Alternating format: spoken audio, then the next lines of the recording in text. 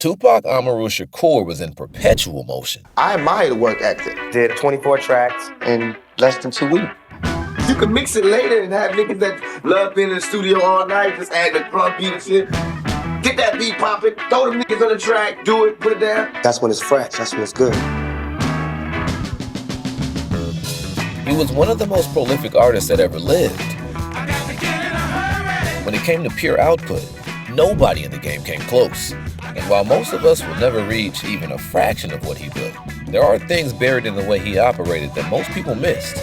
Once you see them, they'll sharpen you in ways that safe advice never could. For example, just in his last 11 months alive, Tupac recorded 150 songs, filmed 3 movies, dropped 2 albums, and performed across 2 continents. Man never sat still. But what was fueling all of that? There was a fire behind it, and that fire had a very specific source. Law 1, compete. Ain't no other record company out there that sold as many records as we did. We outsold Bad Boy, LaFaze, every black record label out there, we outsold them in 1 year. All these weak rappers, Nas, all these suckers, they battling. If this was chess, we'd be yelling checkmate 3 years ago, cause we been beat these. Back in the 90s, the talent pool in the rap game was absurd. Classics dropping left and right. If you weren't getting better every week, somebody was taking your spot. Most people would drown in that kind of pressure. Tupac, man, he ran on it. He competed with everyone. Nas, Biggie, Bad Boy Records, the entire East Coast establishment. At 20 years old, still promoting his first record, he went on local television and called out MC Hammer, the best-selling name in hip-hop at the time. He did sell 10 million records, but crack fiends bought 10 million rocks. That don't mean crack is good. It was in his DNA, and that intensity was contagious. It followed him into every room. When he arrived at Death Row, corrupting Daz Dillinger, 2 of the label's own rappers and producers had been spending 12-hour sessions making a single song. Tupac told them they were wasting time.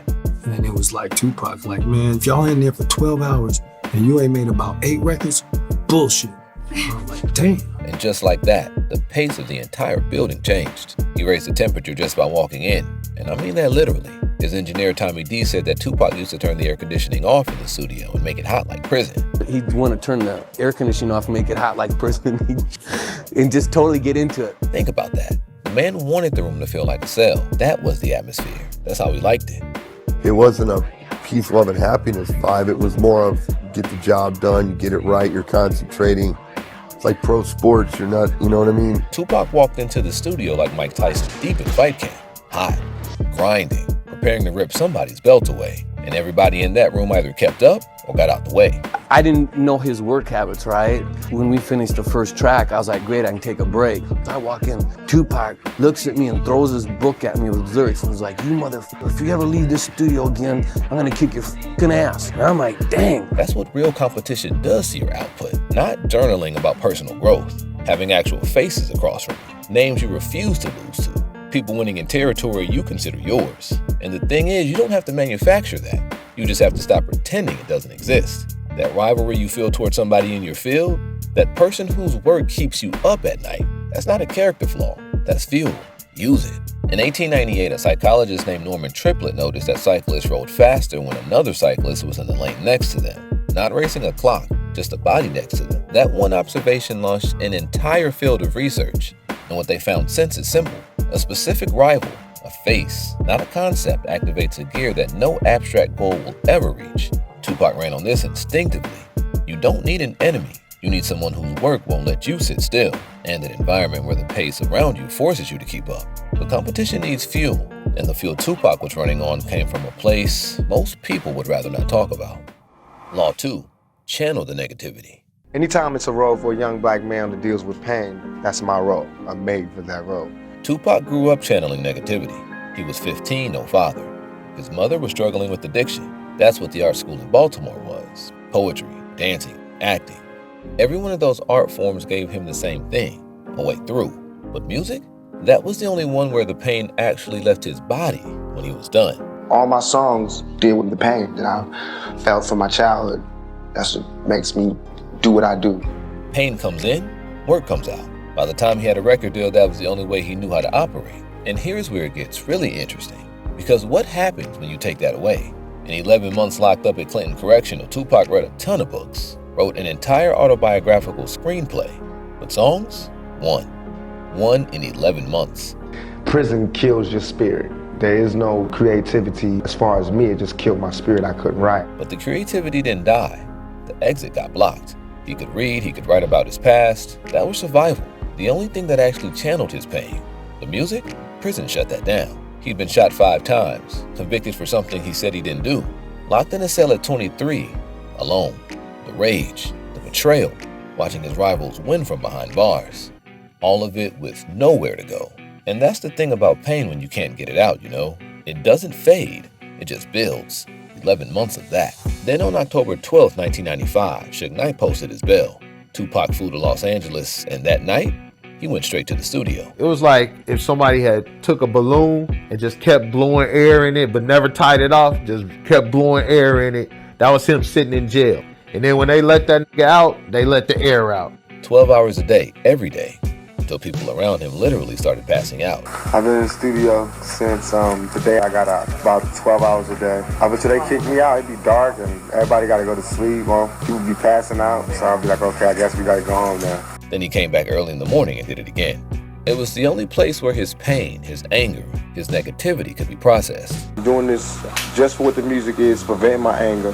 Plus, I was locked down for 11 months, so I got a lot of stress and pressure to, get up off my chest. That's why I stayed in the studio. And once it had somewhere to go, everything came out at once. In roughly 5 days, he laid down the core of All Eyes on Me.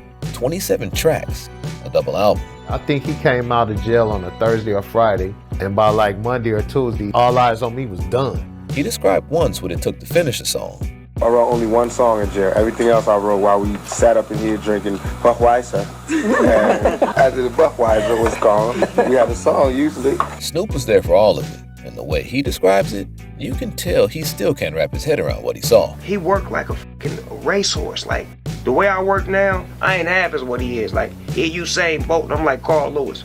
Every negative experience you go through produces energy, the anger, the grief, that feeling of being betrayed by someone you trusted. Your body doesn't go quiet when these things happen. It runs. Energy doesn't disappear, it changes form. And it only goes one of 2 places.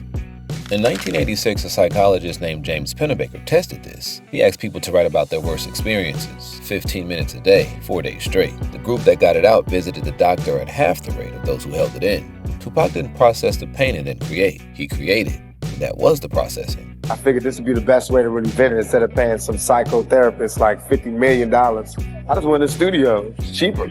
The act of expressing it forces your brain to process it. Instead of the same thoughts cycling over and over, you move them out and they stop running you.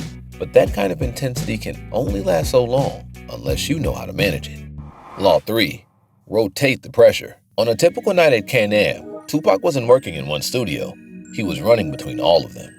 He would come wipe that shit down real quick, like just a cool dude. Come on, we share a blunt and run in there and wrap the shit. Or I'm done. I'm like, all right, I'll see you in a minute. He'd leave out the studio, walk right out the door, boom.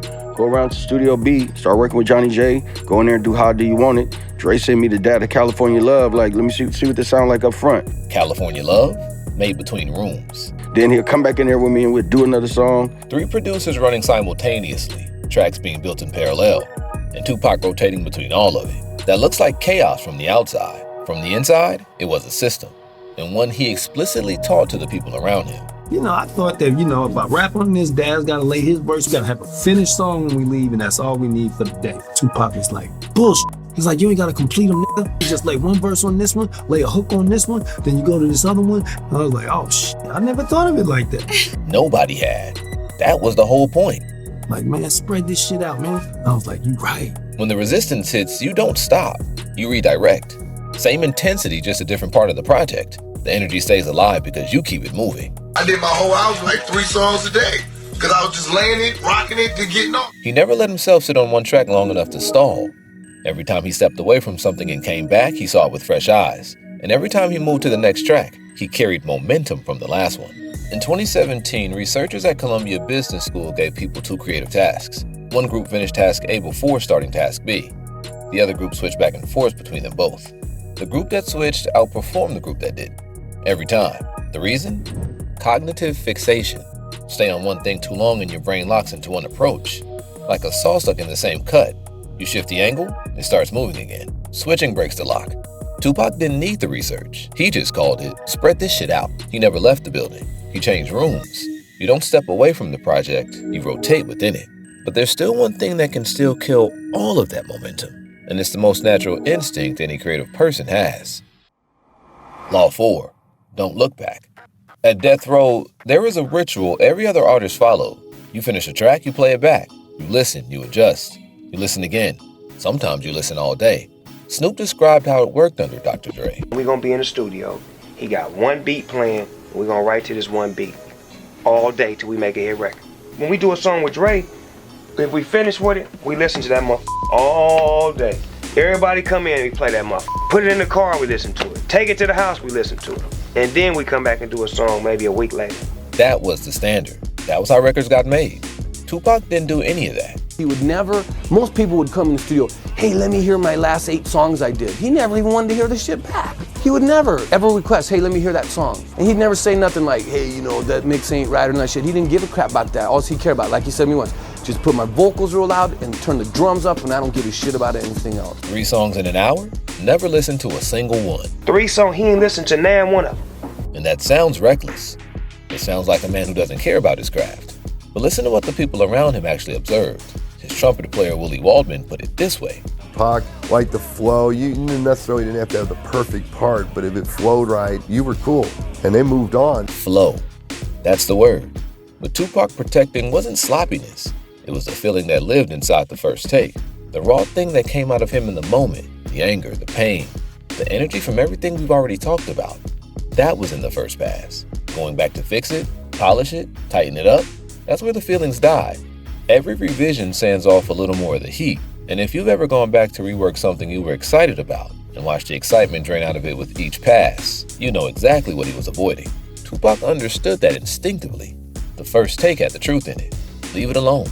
His engineer Tommy D noticed something else. When Tupac wrote his lyrics by hand, there was never a word crossed out, never a correction, never a rewrite. The words came out clean the first time, not because he planned them, but because he wasn't filtering them. One thing I thought was interesting, sometimes he'd write his lyrics down. When we leave, I'd look at the lyrics. There was never a misspelled word, and there was never something crossed out, like, you know, keep rewriting. It was just all the words spelled correctly. I watched Pac write on a piece of paper. It was more than 16 bars. I watched him write it as fast as his hand could write. He's writing so fast that the writing is like intense on the paper. And then he goes, I'm ready. And they go in there and they spit that excellence. In 2008, a neuroscientist named Charles Lim put jazz musicians inside an MRI machine and watched their brains while they improvised. What he found was that during the improvisation, the part of the brain responsible for self-monitoring, the inner critic, the voice that says, is this good enough, shut down, went quiet. And the part responsible for self-expression lit up. The best creative work happens when the judge in your head leaves the room. But Tupac's judge never showed up in the first place. And that raises the real question. Why? Why was he so sure of everything that came out of him? That has to come from somewhere. Law 5. Find your cause. Muhammad Ali had picked up something else along the way. Then he'd gone to Africa and people believe in him. You mean so much to us. He found something to fight for other than money and championship belts. And when that person finds something like that, you can't hardly beat them. 5 years from now, and what do you see yourself doing? See myself having a job and put out some calendars for charity. There's a difference between a goal and a cause. I'm gonna start a little youth league in California so we can start playing some East Coast teams and some Southern teams. And the rappers are the head coaches. A league where you could get a big trophy for a nigga to stay drug free and stay in school, and that's the only way you could be on the team. And we have fun and eat pizza. And you know what I mean? That's what I mean by giving back. A goal is something you chase. A cause is something that chases you, and that one didn't come from nowhere. Tupac's mother was a Black Panther who fought 156 charges with no lawyer while pregnant with him. She won. She named him after a revolutionary, Tupac Amaru, Shining Serpent in Quechua. The fight itself was the very first thing he inherited. My mother was in a book. There's a book about my mother called Look for Me in the Whirlwind. I like to think that's my motto. Look for me in the whirlwind, and you can hear it in everything he did. At 15, he was petitioning to keep a community center open in Baltimore. At 17, he started an anti-violence campaign and an AIDS prevention program. At 20, barely had a career. He read a newspaper about a 12-year-old girl nobody was paying attention to. Turns it into his first single, Brenda's Got a Baby. No male rapper would have ever touched that. He saw himself as responsible for every person in his community that no one was speaking for, and he said it plainly. I feel like I'm doing God's work. You know what I'm saying? Just because I don't have nothing to pass around for people to put money in the bucket don't mean I ain't doing God's work. That's the thing about having a cause. It turns you into someone who works differently. You just know. You stop doing the math. You stop weighing whether something is worth your time. The cause already decided. The work is owed and you pay it. He put it as plainly as anyone ever has. I got a job to do. I feel like God let me live for me to do something extremely extraordinary. You know what I'm saying? And that's what I have to do. And I have to do it 24/7. A job. That's all it was to him. And once you hear it that way, everything else about his output starts to make sense. The speed, the volume, the relentlessness. It stops looking like hustle and starts looking like obligation, like something he owed. That's what was underneath everything. And once you find yours, the rest of it, it just falls into place. You stop managing yourself and start answering to something bigger. That's when the work becomes who you are.